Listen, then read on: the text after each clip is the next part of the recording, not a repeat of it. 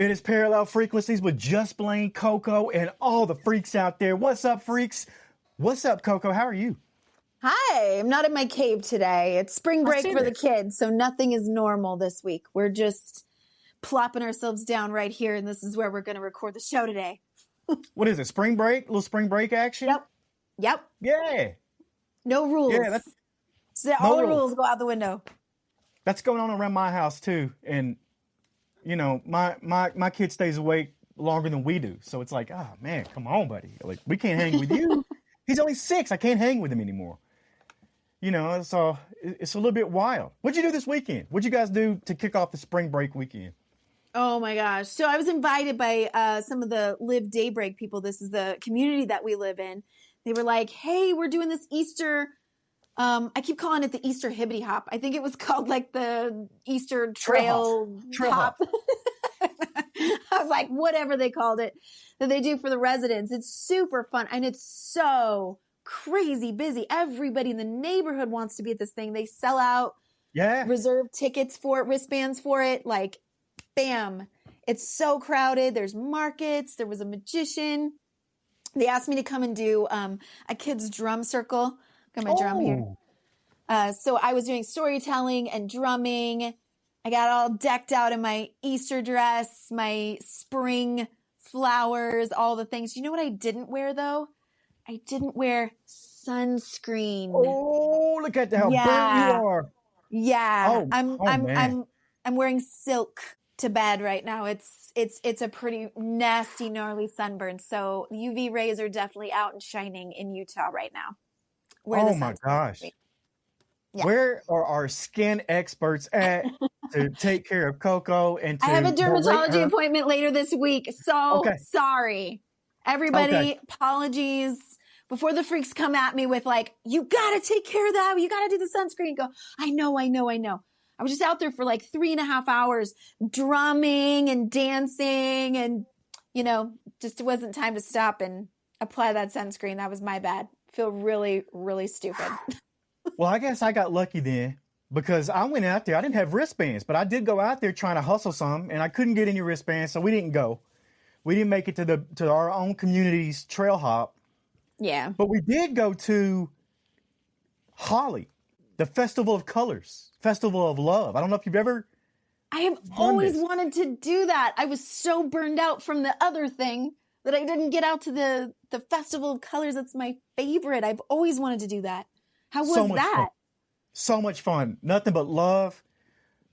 It was incredible and spiritual. It's a spiritual, you know, it's spiritual roots and all that kind of stuff. But the kids went, they loved it. They understood why we were there.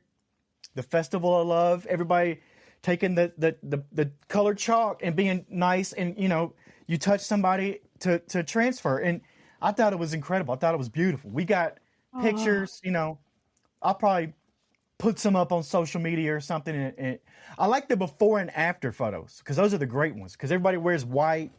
You come in looking clean, you leave, and you are covered. Of course, Lindsay being a germaphobe and clean freak that she is, she had change of clothes for all of us in the car. We weren't, you know, basically hazmat suits, and it was the whole works, but it was great. You got to be prepared. Sure. I'll probably put some social media clip.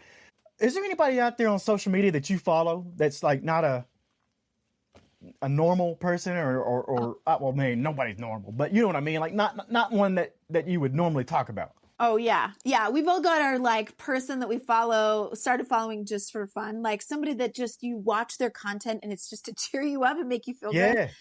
It kind of gets us addicted to social media. But I found this guy years ago. Freaks are going to know who this is because even if you don't recognize the name, I'm sure you recognize some of the content and the taglines and the catchphrases. Kevin James Thornton. Okay. He's the guy that does the auto-tune. It was the 90s. Oh, yeah. Hamala.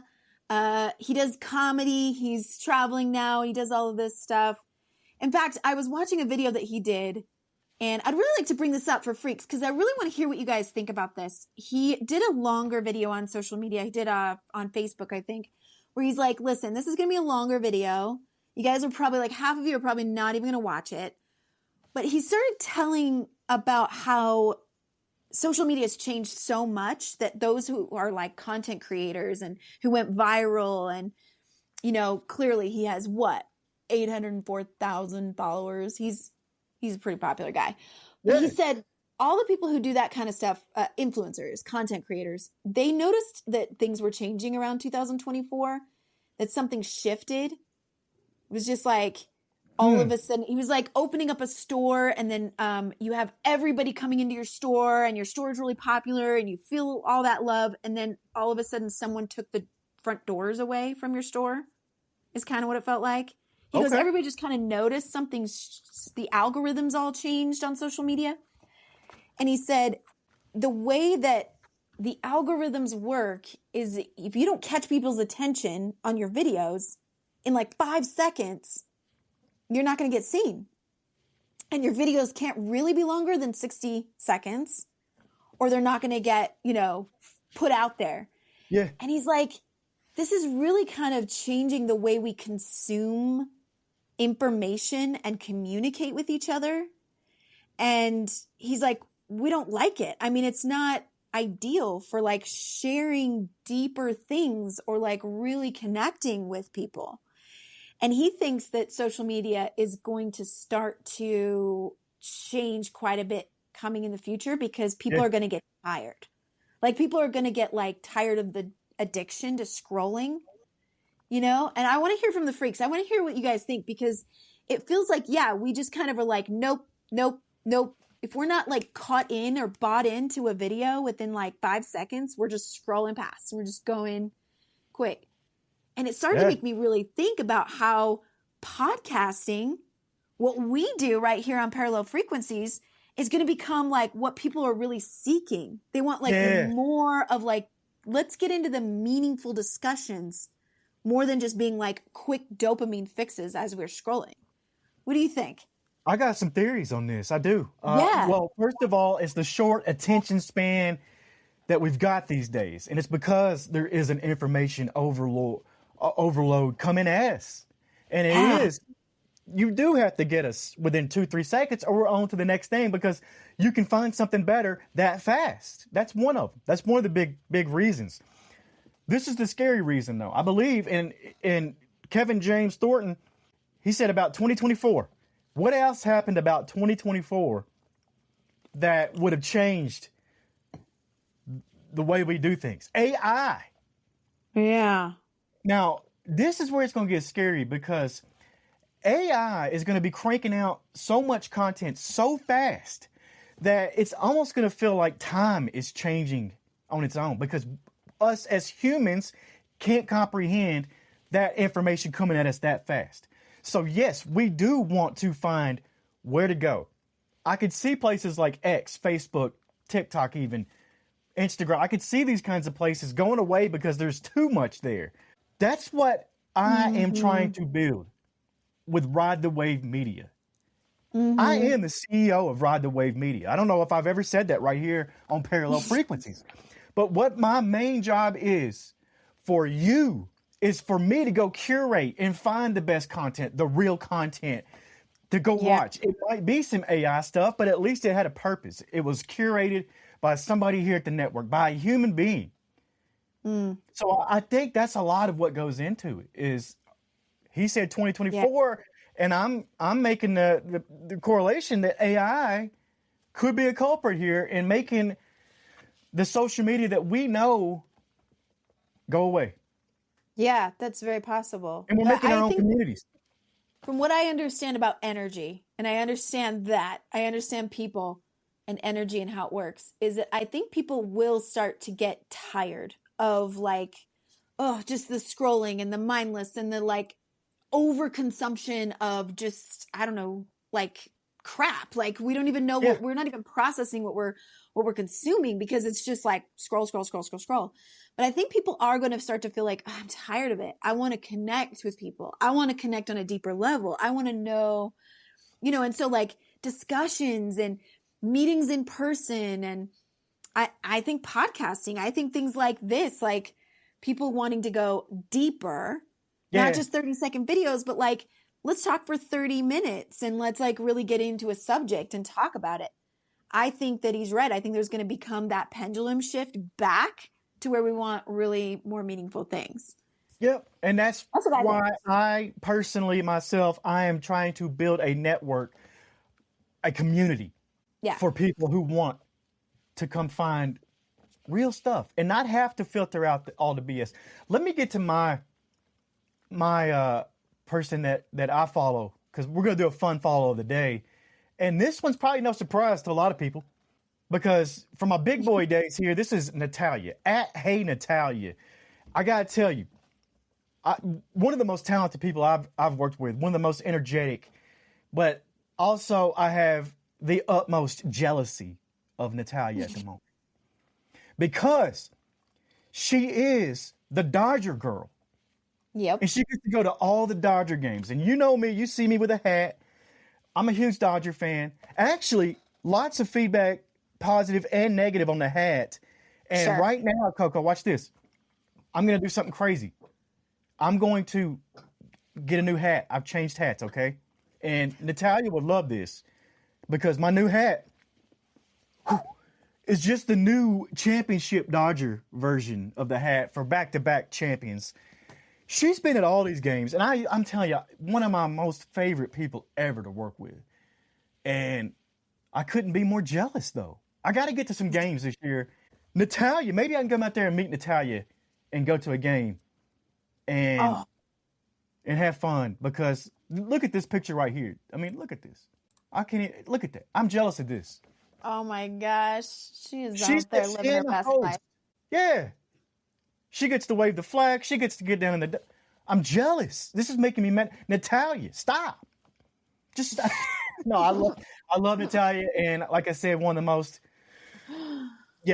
best people I've ever worked with. But yeah, that's my fun follow of the day before we get to our Movie Monday. Yeah. Which Movie Monday today for me, I loved it. This one hit me. It came out of nowhere. A lot of times we talk about these horror movies and they got these big monsters and scary jump scares and all this stuff.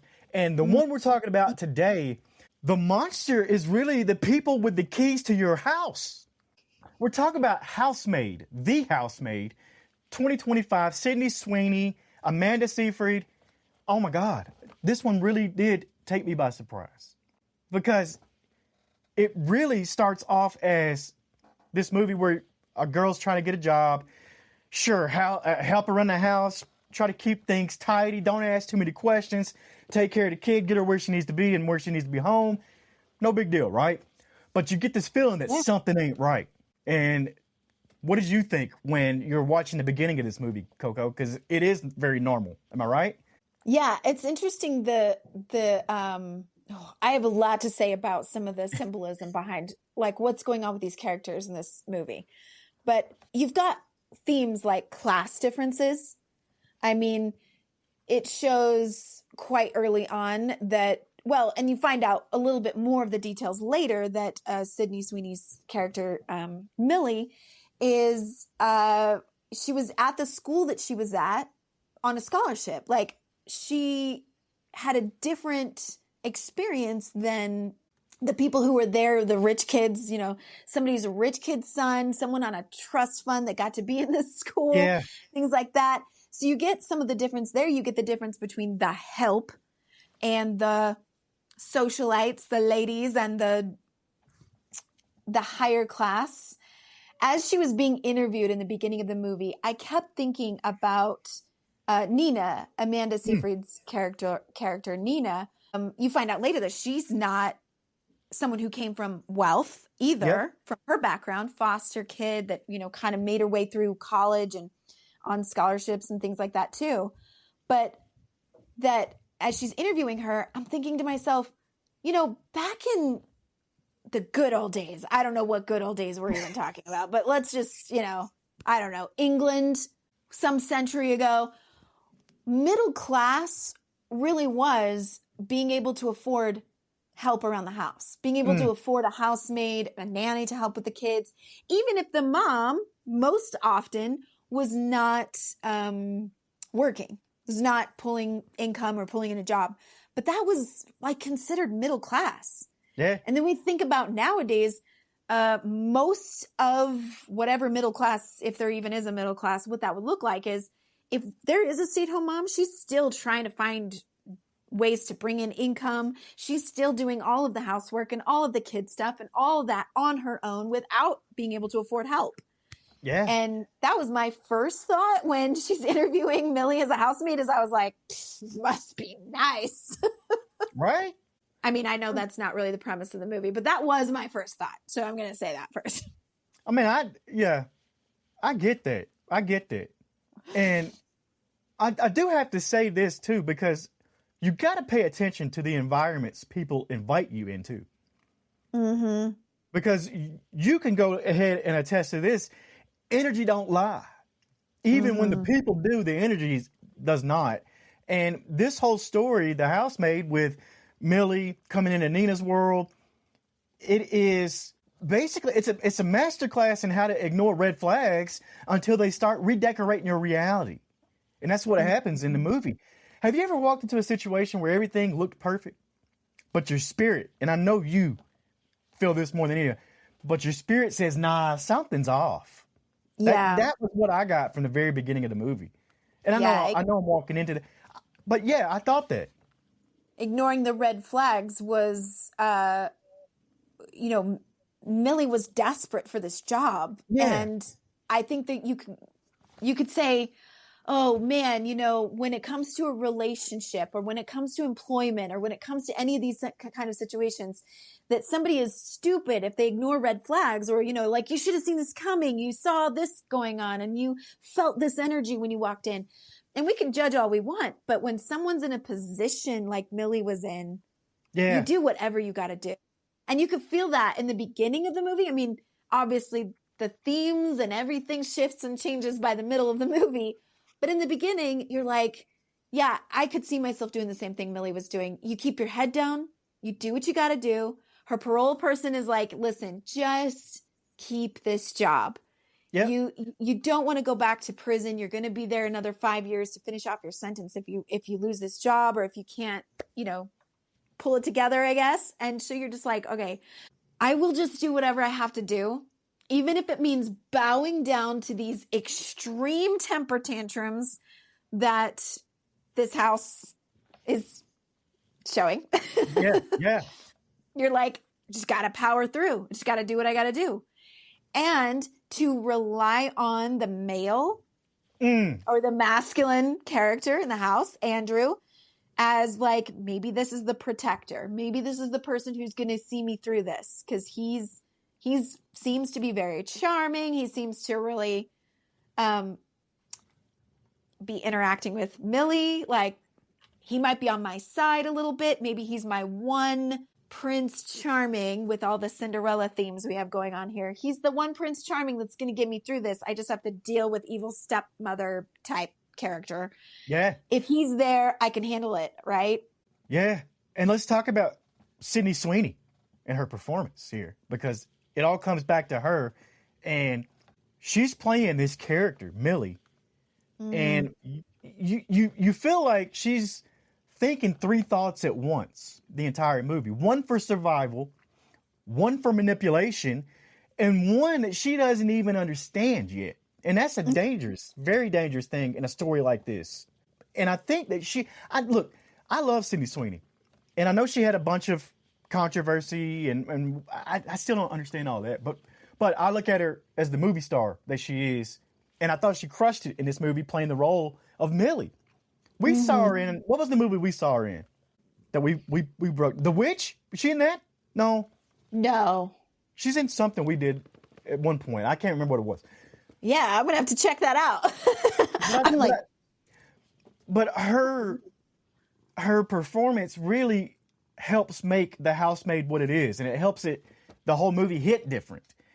It's not just a thriller. It's about the power dynamics behind politeness, hiding behind it, really, because that's what's going on here. And what did you think about Sydney Sweeney overall in this? I loved the layers of this character, Millie. I think she played that really well. The only time that I felt like, oh, this feels like a bit of a leap is that and I understand the movie had to move the plot along a little bit faster from the book. I didn't read the book, but this is based on Frida McFadden's book. It came out in 2022. But I'm aware of the fact that I think in the book they built it up a little bit longer. They took a little bit longer with the relationship between Millie and Andrew, like, and how that ended up being what it was. But it felt like from survival and from being threatened by Nina's character and being like, you stay away from my husband. And it looks real sus when she's like caught with him alone in, certain situations in the house in the beginning. And maybe this is just my own interpretation of how I would have handled it in that situation. I'm putting myself in Millie's shoes in those situations. I would be like, I am going to do everything I can to convince Nina that there is nothing going on between me and Andrew. Like that would be my survival strategy. But for her to be kind of quick to accept that, invitation from Andrew to go like, oh yeah, we can go like spend a weekend together or whatever it was kind of a little bit like, ooh, that felt a little quick, I guess, that was my only moment where I was like, I don't see this happening. But even in that moment though, you kind of can see why Millie went. But I mean, if you look at it overall, that's her boss basically saying, hey, go with me on this trip, and it's weird. She got put into a weird situation. This whole movie is a weird situation. It's not an average situation. It's not your average movie in general. It's not your creaky floorboard, ghost in the attic situation. Yeah. This is a psychological chess game where everybody's smiling while they move your pieces around, and then halfway through the movie, you realize you're not even playing the same game. Yeah. Unfortunately, as weird of a situation as it feels like, and obviously the situation of, as we get, further into the movie, a little bit more than halfway into the movie, and we start to realize there's a shift here. Things are not what they seemed. And Amanda's character, Nina, is actually manipulating this whole thing. That a lot of it was a performance to get Millie into a position where Millie would become the protector or Millie would become the vigilante. But unfortunately, this weird situation that you're talking about is actually a much more common situation than we would like to see in our culture, which is domestic violence, right? We're talking about like this whole situation of like the instinct that we have as women, and maybe because we are conditioned from birth to be aware of this condition, which is be wary of men. Being just a little bit on the lookout for any sign that we are in danger. And Andrew just happened to be really good at playing the part of the charming, saintly husband, boyfriend type, to make everyone else around him believe. And I guess he learned it from his mother. Like we find out at the end, like this was learned behavior, but he was so good at it. It made it nearly impossible for Nina to get out of the situation any other way. She was absolutely trapped. And I mean, again, it reminded me of, oh shoot, what was that series? Big Little Lies. Nicole Kidman was in. Well, again, about domestic violence, it's like everybody thought they were the perfect couple. On the outside, it all looks great and wonderful, and they're rich and they're beautiful and they're so in love. And what's really going on behind the scenes is much more tragic and much more terrifying, and people's actual horrific realities. And that's something that I think that it's great for this movie to at least give some notice to. What's the word I'm trying to say? Give some notice to this kind of situation, because there were scenes in this movie when Andrew started getting mad when he was locked in the attic. I think it was when he got it all turned around on him. Yay, Millie. We're like, hey, she's not the monster here. She's the vigilante. She's the hero, right? We're all rooting for her. Yeah. Super awesome when she starts breaking the dishes too. It's like one of my favorite parts. But when he started getting mad and he's pounding at the door, I felt myself actually physically getting scared. Like, Yeah. angry men, that is a horrible, realistic reality for a lot of people. I mean, do you remember the social media question, the big question, the viral question that went around not long ago? And it was, would you rather be trapped in the woods with a bear or a man? And everybody was like, bear. Absolutely. Yeah. I was on Team Bear. Yeah. I get that. I don't mind saying that. I would have been Team Bear too. But you know what? This right here leads into what the overall theme of this movie is. And I want to know how many of our freaks out there this has happened to, where you stayed in a situation too long because the opportunity was too good. The money was right. The outside world was looking at you and saying, you're lucky to be there. Meanwhile, your inner voice is pacing around like a caged animal. When have you been there? I've been there. I'm not going to name which jobs, but because those people are watching. I know those people see this, and in the entertainment industry, that's a lot of those jobs. It is people in situations that look amazing, but on the inside, their soul is dying, or it's pacing around like a lion in a cage, you know? And that really taps into this fear of being trapped in a good situation that is actually bad for you. What do you do? I don't know. Not everybody can do what Millie did. You know? No, I don't know if I have the strength or the or even the cleverness. The way that she was able to see the situation from so many angles that she could be like, I know how I'm going to get myself out of this. Yeah. I would dare say most of us don't have it. We aren't strong enough, or we aren't. But again, that was the whole point. Nina picked her for that. Nina knew her past and knew if anyone's going to do it, she's going to be the one who can plunge the knife straight into his neck and be able to get out of this. But the fact that Nina came back for her, I think says a lot. And that kind of comes to my point. My interpretation of the overall themes in this movie was not necessarily about domestic violence or about, you know, Andrew being the monster here. But to me, it absolutely highlights what the actual definition of the witch wound is. And the witch wound is women betraying women and women showing up for women. Like, here we have Nina, who, I mean, you know, for all the nuances of her situation, what was going on, she essentially was throwing Millie under the bus. And you saw how many times Millie was betrayed by women. In the reason she went to prison in the first place was because her roommate didn't back her up when she was like, he was sexually assaulting her roommate. And she's like, for whatever reason, she didn't back me up, and I went to prison for murder. And I mean, again, during witch trials, you can look and you can see how many times, and this is actual witch trials, but it can also be any time in history. How many times was a woman accused of something? It would have been if women had stuck together, or if they hadn't named another woman as a witch, they would have survived together, or they would have gone down together. But at least it was, you know, with the right, with the ethically being like, I'm going to tell the truth. I'm going to be honest. I'm going to stick up for my sister here.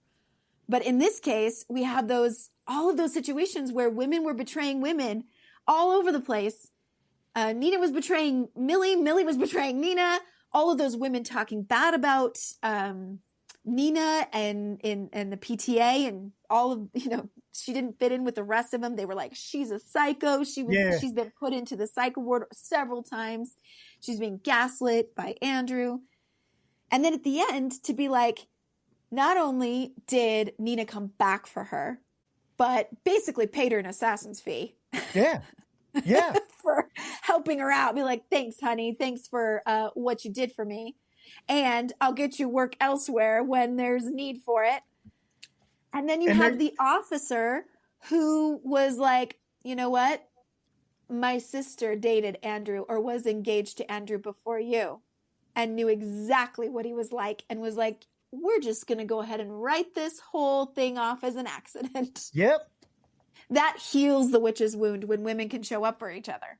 And not only that, but what that does in the film is set up the sequel and set up this new character that Millie is about to be the housemaid and go to other places and take care of the men in this kind of way.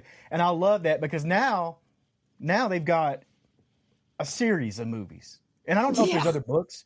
Are there more books? I'm not sure. No? There could be. I'm not sure. No, I don't think there is, but yeah. I can guarantee you there's going to be a sequel to this. I'd be all right with that. I would love to see a little bit more of that vigilante, that revenge, whatever it is. But someone sticking up for women in this way, in situations that they just feel like they cannot get out of otherwise. Yeah. I'm not mad about it. People are drawn to stories like this, and it's not because of the house or the job or the whatever else you want to think about. It's about who holds the power inside that house in the movie. And then what happens when the power shifts? And we see a lot of that in this movie. I didn't know what I was getting into. I didn't even watch a trailer for this movie before I watched it. I just, honestly, you know why I watched it? Sydney Sweeney. I like looking at her. Who doesn't? She's pretty. Yeah. I'm just being honest. Gorgeous. But yeah. Sure. I mean, and then I enjoyed it. I found out I enjoyed the hell out of this movie. Mm-hmm. And I do want to see sequels and the story of Millie and being this revenge assassin, basically working with women. I think that's an awesome concept to run with. And yeah, this movie, this is my final thought on it. I thought it was incredible. I thought it was very telling too, because we get to see a lot of this in the real life. It's making people feel comfortable, but it's disguised and it's not really that comfortable. And it's really chaotic, but it doesn't look that way. We deal with a lot of this in real life. So I can see a lot of the parallels. Mm-hmm. And the mirror reflecting us. Mm-hmm. And I do want to know, though, out there for the freaks, have you ever ignored the red flag because the situation was too good? How did that end up for you? Yeah. It's probably a lot of stories out there. Yeah. What's your final thoughts on The Housemaid? Well, as I said, I'm going to stick with this is a story about the witch's wound, about women supporting women or betraying women, and that hopefully, when we look at this, we judge each other a little bit less. Even as Nina was a horrible boss and she was so cruel and mean, when you know the real story, when you know what really was going on in her life, you start to have empathy for her and you start to understand she was doing all of it for her daughter. Yeah. She was doing all of it to survive. And even Cecilia, the daughter, I think is a fantastic look at what that really feels like or looks like, because Cecilia looked like maybe potentially a little bit of a snobbish brat, overprivileged kid with ballet classes and juices of privilege and all that. And then it shifts when you find out the truth. You really see Cecilia in a different light. You go, Cecilia is this poor kid who had no choice in the matter. And her words to Millie take on a completely different vibe when you realize she was begging for help. Yeah. She was trying to kind of almost send a message to Millie, like, juice is a privilege. Whose words are those? Those are Andrew's words, not Cecilia's, right? So you just go, oh, they're just trying to get out from under his thumb. This was just a play that they had to do. And it just takes it all in a completely different context. So judge people a little less, maybe look into things with an open heart and an open mind. And ladies, let's be there for each other. Absolutely. You couldn't have said it better. I got to mention Brandon Sklenar. That's who played Andrew. He was an incredible performance too. You had him crushing it. And Paul Feig was the director. Can't forget them. We'll watch this movie again now and look for signs and think, oh my gosh, because I've only watched it once. So maybe I will go back and rewatch. Got to remember, this movie is not just about fear. It's about awareness. Listening to that quiet voice that says, look closer, ask some questions. Don't get comfortable too fast. And remember those things when you're out living your life. We love the freaks out there. We want the best for the freaks. Always. And remember, right here at Parallel Frequencies, we're not just watching movies, we're breaking them down and we're building a community to talk about them with. So make sure you're back here, because what else do we got coming up this week, Coco? This week, we've got season 3 of Ted Lasso tomorrow for Tube Tuesday. We are breaking down Ted Lasso one season at a time. So each week, one season. Every season's just a little bit different too. So it's not, there's so much to dig in there. What else? We've got, let me double check my schedule here. Okay, so Ted Lasso, season 3. I like that. Season 3, Wistful Wednesday. We are going to cover 30 Rock. As a series, right?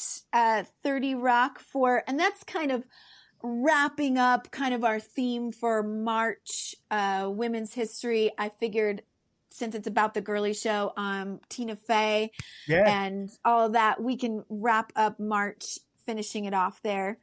We have Trailer Park Thursday as always. We're going to do our Freaky Friday. So reading some of your comments that you guys have brought in. So please keep the comments coming so we can talk about them on Friday. And we are going to cover Feature Friday, The Green Knight. Oh, I like that. I like that. All right. So we got a stacked week right here. Make sure you follow us, subscribe at Parallel Frequencies Daily on YouTube. Go to ridethewave.media. You can find all of our shows right there. But that's going to wrap it up right here. For Parallel Frequencies, I'm just Blane. That's Coco. You are the freaks at home, and we'll see you on the other side. See you tomorrow.